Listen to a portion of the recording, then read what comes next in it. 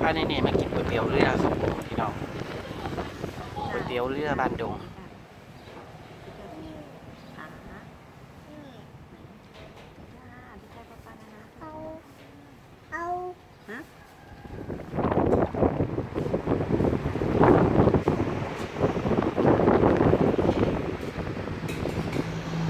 ก๋วยเตี๋ยวเรือแซ่บ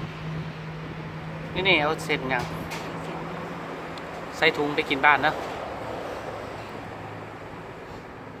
ต้องตื่น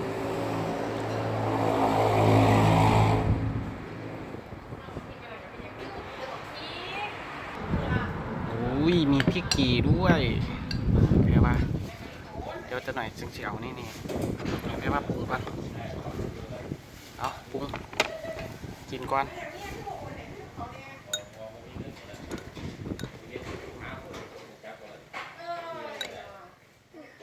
เดี๋ยวพ่อเอาให้แม่กินก่อน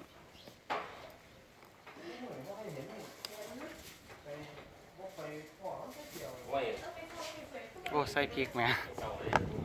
พี่ของตัวหน่อยบะหมี่พริกกี่อ่ะกินกับแค่บ้าก่อนครับผมแคบหมูกับนี่ว้าวเจ็บไหนอะอาจารย์พี่น้องอุ้ยมีอะไรเนี่ยมากินน้ำกันก๋วยเตี๋ยวมีอะไรจริง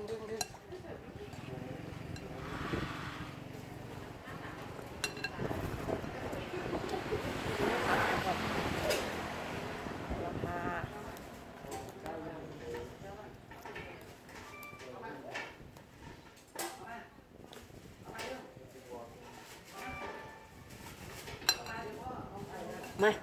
กินน้ำกันจ้ะลองกินสินมีเบิ้ง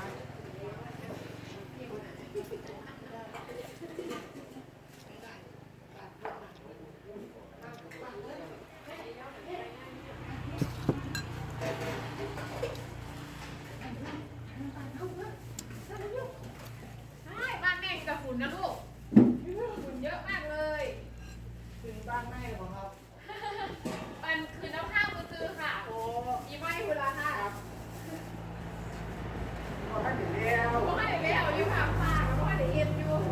อันนี้ก็แพงอีกก้อน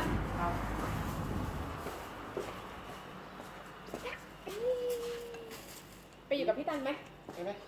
ไปไหมไปไหมให้พ่อกินก๋วยเตี๋ยวไปไหมไปไหม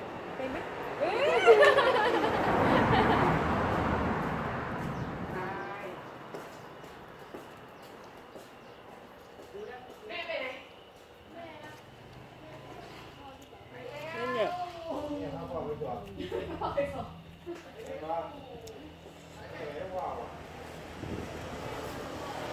แซ่บพี่น้องก๋วยเตี๋ยวร้านเนี่ย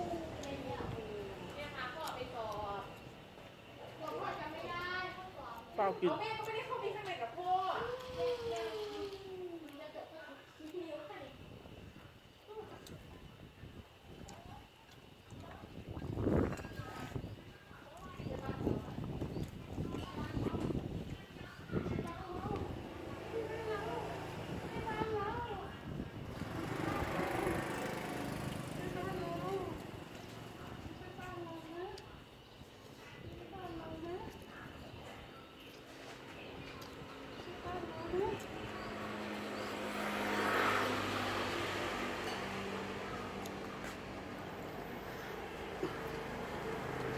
โอ้โห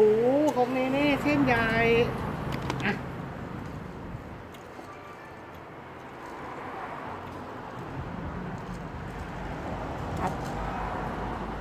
จับเอาจับเอาเอาดูอุ้ยจับเอากิน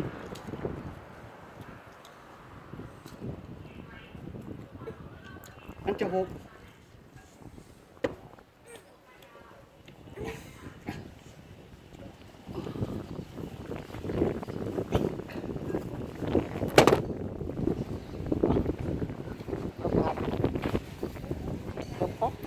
คนดีจังเล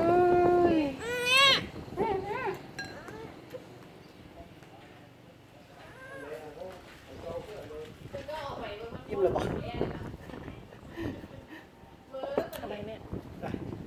ยิ้มจ้ะยิ้มจ้ะ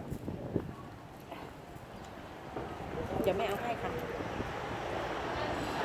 จ้าเดี๋ยวแม่เอาให้นะคะ นะนี่พออยู่จะหน่อยกินต่อเปลี่ยนกัน กินนี่ไหมลูกเจ็บหมู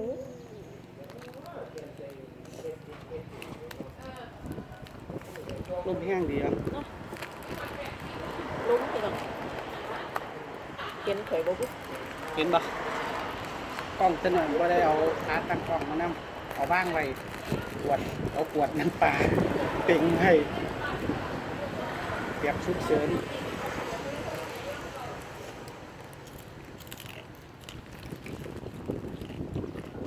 บอกที่นี่บ่แข็ง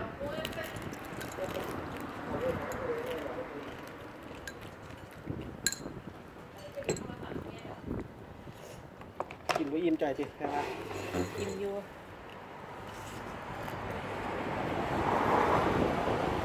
เอาสูตรใหม่บัดนี้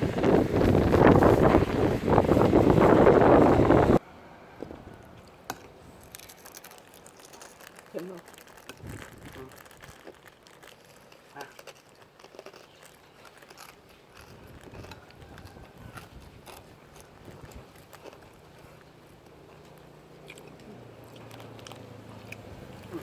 เอา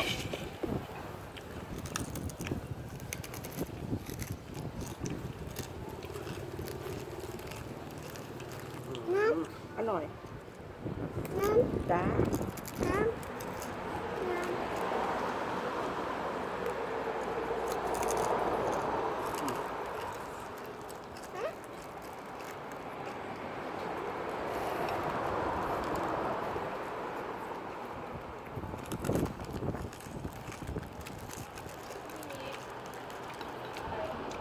ได้ไหมใส่หนึ่งใช้ไปเขาป่ะเฮียป่ะ แม่พ่อแม่เอาอันนี้ไปกินเนี่ย อืม แม่จะเอาอันนี้ไปกิน เอาไป เดี๋ยวฝากแม่เป็นเดี๋ยวคุณ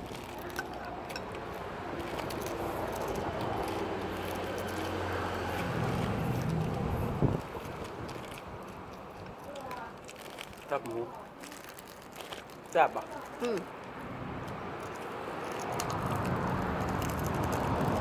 กี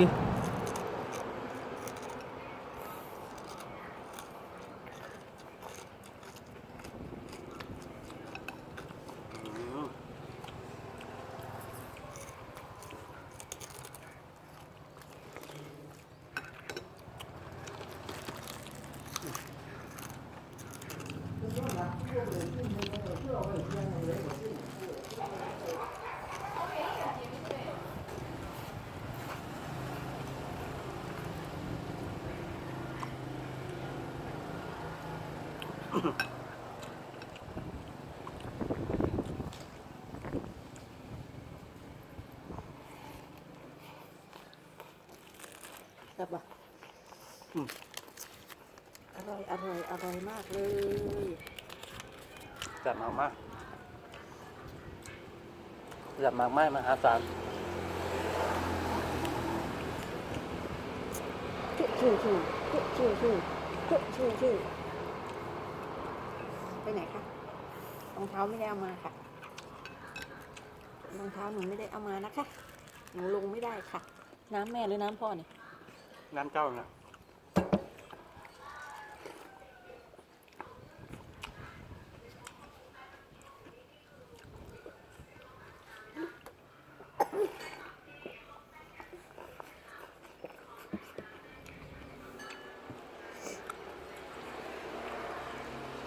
เริ่มบอกเป็นโปรไซลูกชิ้นก่อน ว่า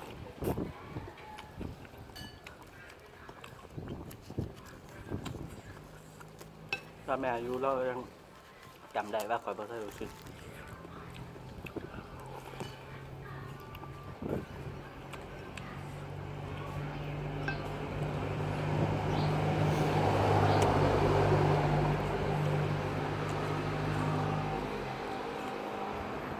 อร่อยไหมคะ อร่ ร่อยไหมอร่อยไหมคะคนสวย คนสวยของแม่อร่อยไหมคะเนเน่จ๋าเนเน่จ๋าเนเน่เนเน่จ๋าแม่จ๋าเนเน่คนสวยจ๋าเนเน่คนสวยจ๋าแม่หอมแก้มหน่อยค่ะชื่นใจ ไปก่อนไปก่อนพี่น้องแย่มาก ไปก่อนเด้อพี่น้อง สวัสดีจ้า